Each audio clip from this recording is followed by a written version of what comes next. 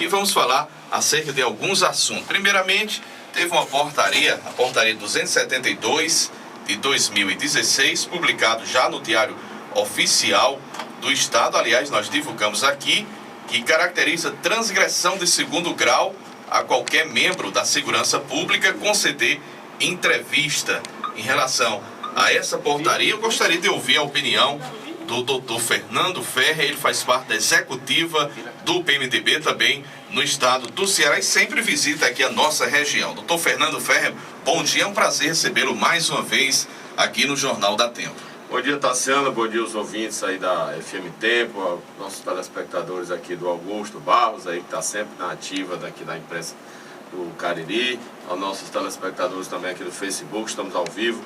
É uma satisfação enorme sempre estar aqui com você. Você estava falando inicialmente aí da candidatura lá no Crato, e é mais uma prova da inabilidade, para não dizer outros termos, do governador Camilo Santana, que prometeu escolher o seu candidato com os termos técnicos, mas nesses termos técnicos fez uma reunião lá no Palácio da Abolição em Fortaleza e botou o dedo e indicou o seu candidato, né, o deputado do PP, de livre e espontânea vontade dele, sem ouvir ninguém. Com isso já perdeu o apoio do PV, já perdeu o apoio do PCdoB, enfim, a inabilidade total do governador Camilo Santana. E agora, como se não bastasse, falando aí de forma ditatorial, forma absurda, eu não acredito que o Ministério Público, nem a OAB, nem as instituições vão ficar caladas em função dessa arbitrariedade, esse abuso que o governador está cometendo de proibir um militar, um policial civil, um agente penitenciário de dar entrevistas. Razão essa que ele faz uma medida dessa tão arbitrária, tão abusiva e tão ditatorial, em razão da função do caos que se encontra a segurança pública no estado do Ceará hoje. Basta ver que lá em Sobral, né, as facções criminosas se unindo para fazer movimentações, caminhadas, porque elas não querem que a polícia entre mais nas suas regiões para o tráfico de drogas ficar livremente. Anteontem foram detidas mais de 80 pessoas, dentre elas mais de 40 de menores, e hoje, de ontem para hoje, fugiram mais de 70 das medidas socioeducativas do Estado, que não existem, infelizmente. O governador nada faz, o secretário de Desenvolvimento Econômico e Trabalho também nada faz, medida socioeducativa nenhuma nesse estado do Ceará, e nós vivemos nesse caos. Eu espero que essa moda lá em Sobral não pegue no estado do Ceará todo, porque infelizmente, não dói muito dizer isso, o governador Camilo Santana é uma pessoa comprovadamente, eu digo isso aqui há mais de ano, comprovadamente incapaz, inábil para governar o estado do Ceará. Ok, e essa medida, advogado aqui, o Fernando Ferrer, até explorando um pouco do seu conhecimento, atrapalha o trabalho da imprensa, né? Porque de repente tem um crime, você não pode entrevistar nenhuma autoridade de segurança pública, até porque eles são proibidos de dar essas entrevistas, e termina atrapalhando o trabalho também da imprensa. O que é que a OAB pode fazer nesse sentido? Mas esse é exatamente o fito do governador. Ele quer impedir que a imprensa trabalhe, que a imprensa leve os fatos graves que ocorrem com relação à segurança pública no estado do Ceará, impedindo que os agentes de segurança pública, aí, tanto policial civil como militar, como agente penitenciário, como os agentes socioeducativos, lhe deem entrevistas para que a imprensa fique vedada de dar informação correta à população de Fortaleza do real caos que vive hoje em Fortaleza. E há muito, não é de hoje, eu venho denunciando os falsos números da segurança pública, Tassiano, porque eles pegam os homicídios, botam de qualquer forma para latrocínio e não dizem o número de cadáveres que temos por mês no estado do Ceará e botam manchetes nos jornais como se tivesse diminuído o número de homicídios. Até diminui o número de homicídios, mas não diminui o número de cadáveres. E os números de cadáveres, infelizmente, eles não divulgam esse número. Então, a situação que nós vivemos hoje, eu peço ao cidadão que está nos ouvindo hoje, eu chamo até o boletim de ocorrência, boletim de otário, porque realmente não existe no contingente policial dos civis para investigar, para dar andamento a esses boletins. Mas eu peço que ao cidadão, ao sofrer às vezes um pequeno assalto, um pequeno furto, um celular, uma coisa, diz logo assim, eu não vou à delegacia porque isso não vai resolver.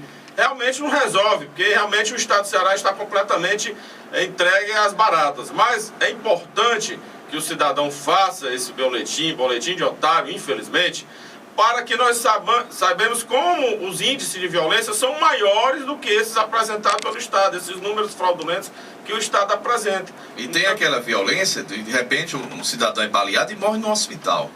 Então, são estatísticas que de repente não entram na questão da segurança pública, né? São números completamente maquiados. Isso eu já ouvi da boca do ex-secretário de Segurança Pública do Estado de Ceará, quando ele ainda era da Corregedoria do Estado de Ceará. E em falar em corregedoria, é um absurdo.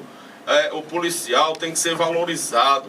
O policial, quando sai de casa, é para colocar a vida em risco. Eu não defendo que ninguém morra, mas entre morrer um bandido e um policial, eu quero que morra o bandido e não um policial. Eu não entendo como é que esse governo nefasto do Estado de Ceará bota uma corregedoria pura e simplesmente para perseguir policiais, as chacinas em Fortaleza, as chacinas em todo o estado do Ceará, e os policiais, ao final, é que são perseguidos quando matam bandido nesse estado do Ceará. Mas não é para ninguém morrer. Mas bandido, sabe que quando põe uma arma em punho, ele vai tirar a vida de alguém ou vai perder sua vida. Então eu não quero que ele tire a vida de ninguém, que nem um policial seja morto. E que o bandido tenha consciência, porque eu já presidi a Comissão de Direitos Humanos da OAB e sempre pugnei pela defesa do policial. Porque é inadmissível que alguns segmentos do direitos humanos venham a defender assim, o bandido nada. O bandido, a situação do presídio, que é outra coisa. Os bandidos, quando vão presos, eles já sabem que a situação do presídio hoje no Brasil, não só no estado do Ceará, é de péssima qualidade. Então ele que não vai cometer crime. Porque ele vai para o presídio e não vai ressocializar. Realmente deveria ressocializar. Mas já que não vai, o bandido já é consciente disso. Então nós temos que ter uma defesa do direito do policial, do cidadão de bem. Nós, cidadãos de bem, estamos assim, entregue à sorte, à proteção divina, porque o Estado do Ceará não tem a mínima possibilidade de fazer qualquer tipo de investigação. O índice de investigação de homicídio no Estado do Ceará é abaixo de 2%. Então, a cada 100 homicídios no Estado do Ceará, 2 são elucidados e alguns outros 3 ou 4 são elucidados por obras de denúncias anônimas e tudo, porque chegam as informações à polícia e a polícia realmente tem que ir atrás. Agora não tem contingente policial militar suficiente, não tem investigação porque não tem delegado, não tem escrevente, não tem escrivão, não tem inspetor, e o governador nada faz. Esse secretário de Desenvolvimento Social e Econômico do Trabalho do Estado de Ceará, que deveria fazer as medidas socioeducativas, está aí provado que essas medidas socioeducativas dos menores estão fugindo ao bel prazer.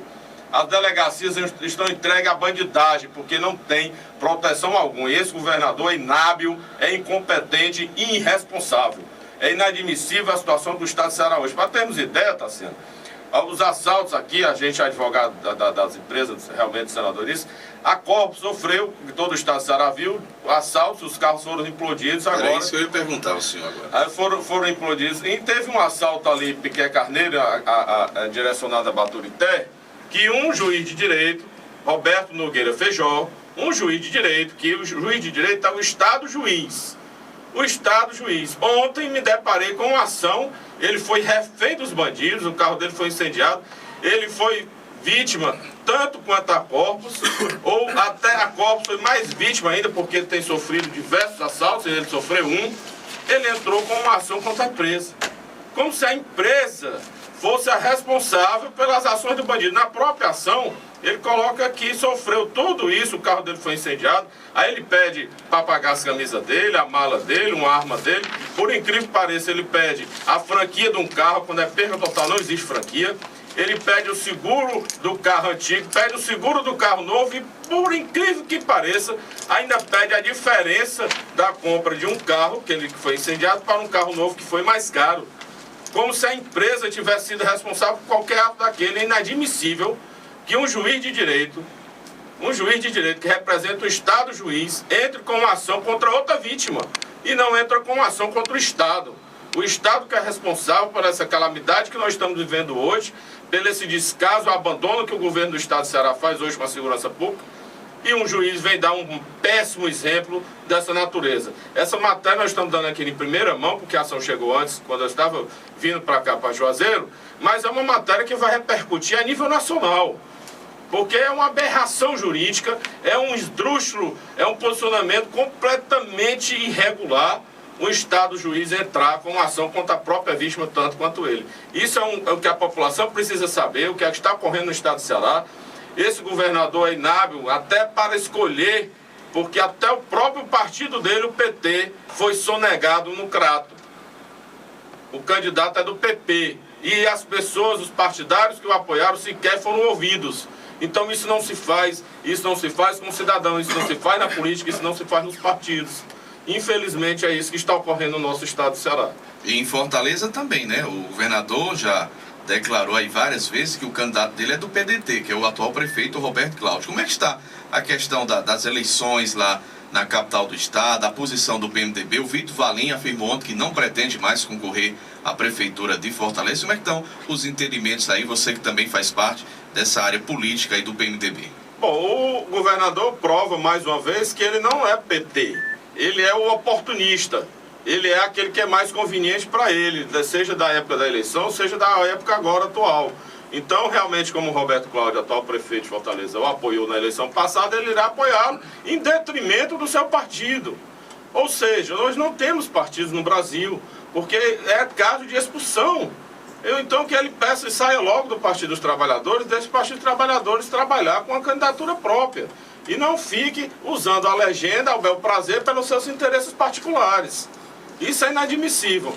E nós, do PMDB, teremos uma candidatura própria em Fortaleza. Se o Vitor Valim declinou, eu ainda não tenho, nós não temos um conhecimento oficial, mas temos a candidatura própria. Temos dois excelentes nomes, que é o atual vice-prefeito de Fortaleza, Gaudêncio Lucena, que é pré-candidato a prefeito de Fortaleza, e o deputado federal Vitor Valim também é pré-candidato de Fortaleza. Eu acredito que um desses dois nomes um deles será candidato a prefeito de Fortaleza. Nós teremos aí, no eventual segundo turno, um leque de composições com pessoas que têm a mesma corrente ideológica, que é o capitão Wagner, que é candidato a prefeito, que é o meu primo deputado Heitor Ferreira, também é candidato a prefeito pelo PSB, pelo PSB, e nós, no segundo turno, eventualmente, se o Roberto Cláudio for ao segundo turno, nós iremos formar uma forte, grande aliança de oposição para mudarmos o rumo também de Fortaleza, porque nós não podemos deixar entregue a um nepotismo, a uma família lá vindo de Sobral, que também vai perder a eleição lá em Sobral, porque nós temos um bom, excelente candidato, que é o Moses Rodrigues, deputado federal por Sobral, que com certeza será um dos melhores candidatos de Sobral. Não acredito que Sobral vai, mais uma vez, em razão desse abandono que está Sobral, eleger uma família nevasta. Você viu aí agora recente uma declarações absurda, pregando apologia ao crime. Esse senhor que se intitula o grande paladino da moralidade pública, que quem se intitula o grande paladino da moralidade pública pode ir atrás, que tem muita coisa a dever. Pregando, se o Lula for preso, como se a prisão dele fosse arbitrária. O Sérgio Moro, Tassiano, não teve uma sentença até agora das prisões dele reformada pelos tribunais superiores. Nenhuma. Todas as decisões dele foram constitucionalmente embasadas e completamente legítimas e legais. Aí um ex-governador do estado do Ceará vem dar uma declaração daquela, ele realmente tem que ir para um psiquiatra se tratar. Porque ele realmente, quando deu uma declaração daquela, ele não estava no seu estado normal. Eu não acredito, porque, enfim, é uma pessoa inteligente, uma pessoa capacitada, um advogado, e conhece bem as leis, não pode pregar apologia ao crime dessa forma. Ok, então, a gente conversou aqui com o advogado Fernando Ferrer, que está aqui visitando a região do Cariri. Quero agradecer pela sua presença aqui no Jornal da Tempo. Fique à vontade aí para acrescentar mais informações. Nós que agradecemos, Tassiano, estaremos aqui às 10 horas na audiência trabalhista, aqui no Fórum de Juazeiro, grande fórum trabalhista do estado de Ceará. Eu intitulo o melhor fórum trabalhista do estado de Ceará. E à tarde, no finalzinho da tarde, estaremos nos deslocando para Mombaça, onde teremos aí a inauguração da Praça da República, em homenagem a um dos grandes, se não dos maiores políticos do estado de Ceará, que é o saudoso Paz de Andrade. Então, fica aí o convite a todos os nossos ouvintes também que estiverem em Mombaça, que estiverem indo a Mombaça, participarem dessa homenagem a Paz de Andrade, que foi um político de mãos limpas do começo ao fim da sua carreira. Meu muito obrigado e um abraço a todos, fiquem todos com Deus.